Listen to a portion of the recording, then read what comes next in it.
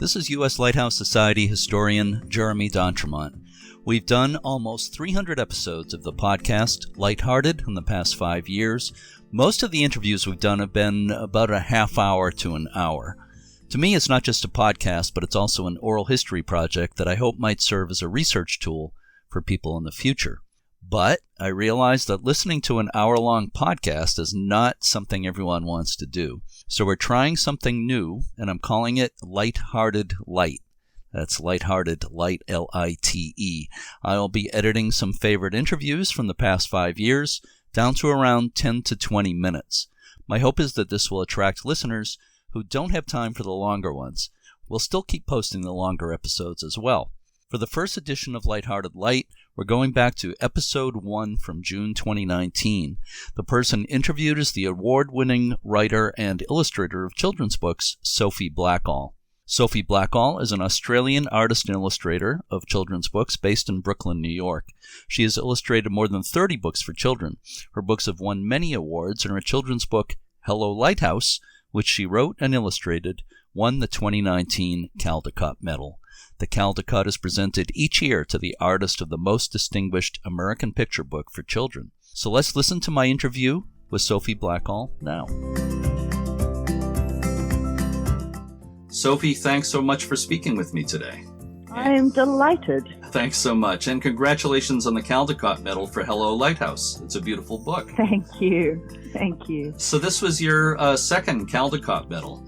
Your first was in 2016 for Finding Winnie, the True Story of the World's Most Famous Bear by Lindsay Maddock. And I understand you're one of 9 illustrators to win multiple Caldecotts. That's an incredible achievement. Were you surprised to win a second Caldecott? You don't really expect to win one in a lifetime, let alone 2. So yes, I was incredibly surprised. It was all the more surreal because I happened to be in Myanmar at the time, and with the time difference and everything else, it was an extraordinary phone call to receive, and that I couldn't have been happier. I said to somebody when my second child was born, I was every bit as thrilled as when I had my first child, and you don't expect to have this much good fortune and joy in a lifetime, but I wouldn't return it for the world. Well, so what was it that inspired you to do a book about a lighthouse and a lighthouse keeper? I have, like most, as I like to think, like most sensible people on the planet, I have always admired and been fascinated by lighthouses. But it was rifling through old prints at a flea market in Brooklyn many years ago, and I saw a cutaway of the Eddystone Lighthouse in Great Britain. And for the first time, I was actually looking inside a lighthouse. I had always admired them from a boat or from the shore or from a headland, but to see this cutaway with the rooms and the spiral staircase and to suddenly imagine life within these round rooms, this vertical existence, it created some tiny spark of an idea. I was with a friend at the time, and I picked the print up and put it down and picked it up, and she said, "You should get it." And I said, "I don't know why I'm getting this. I don't have any wall space in my house to display it. It's going to go in a drawer." And she said, "It's clearly tugging at you, and we shouldn't ignore things that tug at us," which I've thought was tremendous advice ever since then, because I did buy it, and I did put it in a drawer for at least a couple of years. But then I opened that drawer one day, and there it was, and I thought, this is the time. I suddenly saw how it might be a story. What do you think it is about lighthouses? What makes them so appealing to people, do you think? I have now asked this question all over the world. I've done a whole lot of school visits, mostly talking to children with this book. And I'm curious too, what is it about lighthouses? And I've had as many answers as you can imagine, as people have all sorts of reasons. And they range from those that I share, that lighthouses are majestic and romantic and compelling. But one child said to me what I have come to think of as one of the best definitions of a lighthouse. And he said they're like helpful castles in the sea, which sums up both the beauty of the form, the structure itself, and also the purpose that they serve, which is this steadfast guidance. And of course, these days, it's more of a symbolic thing than it is a practical, because most lighthouses are either automated or not illuminated at all. But they stand as a reminder of this time when we were so dependent upon them and the people who maintained them. But there were lights shining out in the deep, dark sea, and for sailors on long journeys. I believe they were a sense of not being alone in the world. They were a sense that someone or something was watching over them. And I think they provide that for all of us. Helpful castles in the sea. I love that. So how have children responded to the book, to Hello Lighthouse? It's been phenomenal. I confess this was a book that I wanted to make so much for myself that I worried at some point that I had lost sight of children's interest in it. Like Maurice Sendak famously said, I make books and then other people tell me they're for children. He did not set out to make books for children, but I have always set out to make books for children. They're incredibly important to me. That the way they respond to my books is very important. But I feared with Hello Lighthouse that it became such a personal book that perhaps they wouldn't respond to it in the way that I had hoped. Perhaps it was too grown up. It's about adults more than it is about children. I think it's quite a romantic story, but it's about life and loss and change and renewal and hope. And these are all quite grown up things in a way, until I remembered that they're also things that children experience. They're things that we all experience. And so the reality is it's been overwhelming how children have responded. And I've gone into schools and a teacher has told me that they have run a competition within the school to have lunch with the author before my visit. And usually they will get a handful of entries, and everybody who enters will get to have lunch. But in this one particular school, almost every child in the elementary school entered. They had to either draw or write a poem or a story, something on a theme of a lighthouse. And the pictures and poems and stories that flooded in, there were hundreds of them. And I read almost all of them, and they were joyous. And it really brought it home that everyone loves lighthouses, but especially children. They're as drawn to them as I am, for their own reasons and for the same ones that I am. Well, that's great to hear. The children have responded so well to it, but I'm sure I'm not the only adult who loves it so much. And, I have a pretty big collection of Lighthouse children's books myself. And I have to say, I love all the details you included, all the very, very nicely developed details in the book. Things like the fog bell, the trimming, the keeper trimming the wick in the lamp. The details of the spiral stairs in the lighthouse, the very detailed drawing of the Fresnel lens in the lighthouse. You went into the automation of the light towards the end of the book. Your research into lighthouses really shows quite a bit. And you mentioned you were inspired by a cross-section of the Eddystone Lighthouse. I was wondering, the lighthouse in the book is a little bit reminiscent of Eddystone Lighthouse, but were you influenced by any other particular lighthouse? Did you base the lighthouse in the book on a particular lighthouse? Well, first of all, thank you so much for saying that, because I confess, speaking to someone like you who is steeped in decades of lighthouse lore and literature and information, I'm so happy that you think those details are all there.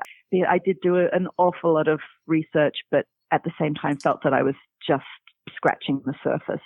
There are, as you know, lots of wonderful museums and archives, and the website of the US LHS.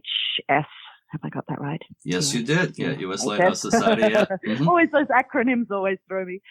Was incredibly helpful and is just a wonderful kind of rabbit hole. You can go in there and just go from one link to another, and so that was hugely helpful.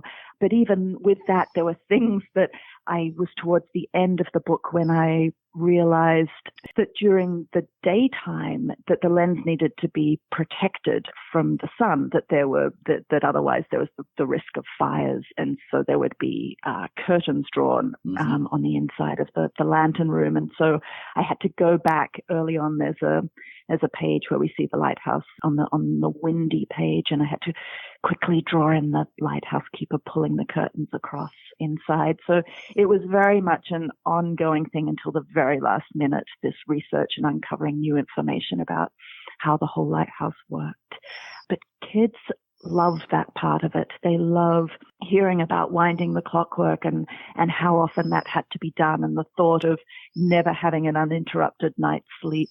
They love the bell and the stories of the bell and the foghorns in different kinds of lighthouses, and the tenders, how long you would have to wait between their visits, but also how keepers would get from the ship to the lighthouse shore in these treacherous waters with, craggy rocks when the boat couldn't come close enough, and they'd have to use a bosun chair or the pulleys and things that would, that's just made for children in a way. It's all so exciting and intriguing and fantastic. I'm curious, could you say a little bit about the media you use to illustrate Hello Lighthouse? The illustrations I find very precise and delicate, and I read somewhere you used Chinese ink and watercolors. Is the Chinese ink thing, is that something that's unusual at all? I think it is a little bit unusual. It's the way I've been working for about 15 years, and I discovered it by accident, but I'm sure I'm in no way the only person to use it in this way. I don't use it in the traditional sense that Chinese calligraphers use it, which is to grind the ink on a stone and then to use a sumi brush or a Chinese calligraphy brush to paint the ink in a deep, rich black line. Instead, I grind the ink on the stone in the same way, but then I use it in more sort of transparent layers to build up the dark tone, and then I use washes of watercolor over the top. So it has the effect a little bit of like tinting an old black and white photograph. This is just the way I've developed my own technique, and it feels like a little bit of magic when the color goes on. It's always the fun part to watch these black and white pictures sort of come alive, as it were. Well, it is magic. They're very beautiful. Would you say that has the process of researching and writing and illustrating Hello Lighthouse, has it made you into more of a lighthouse buff than you were before? Oh, it's completely seductive. I realized you actually asked me before if there was a particular lighthouse that it was that the book was based on, and it wasn't one particular one. I did cheat a little bit, and certainly the interior has echoes of Eddystone or those stone rock lighthouses built on a rock or a ledge. But the exterior is closer to a few that I visited in Canada, in Newfoundland. It's a little bit like Peggy's Cove Lighthouse, which is a fairly famous one, I think, in Nova Scotia, yes, which I did not visit. But it also is similar to one I did stay in on Quirpon Island on the northernmost tip of Newfoundland.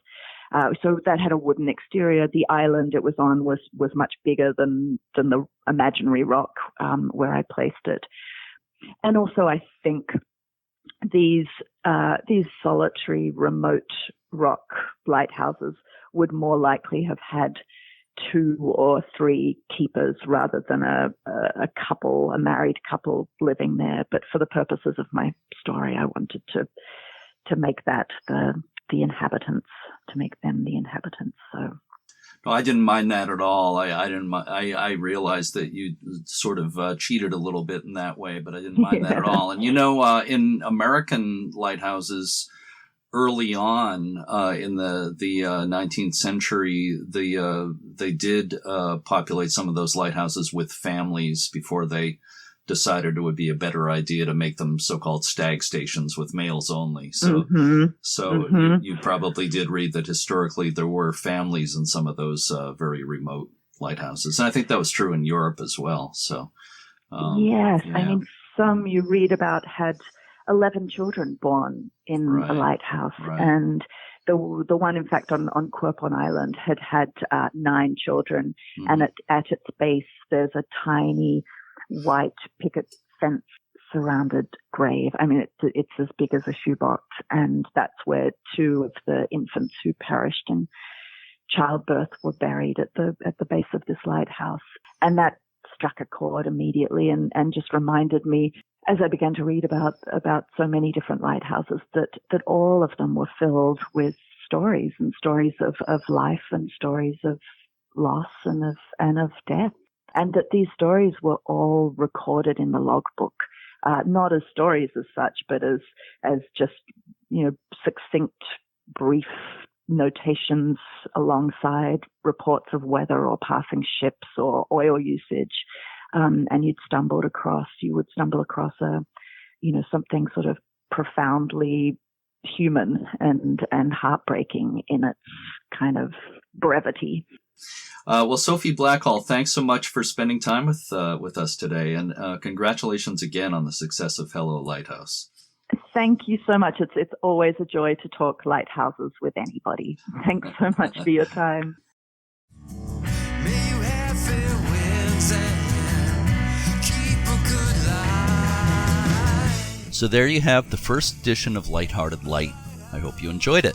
We'll be presenting more of these shorter episodes periodically. For now, to all our listeners, keep a good light.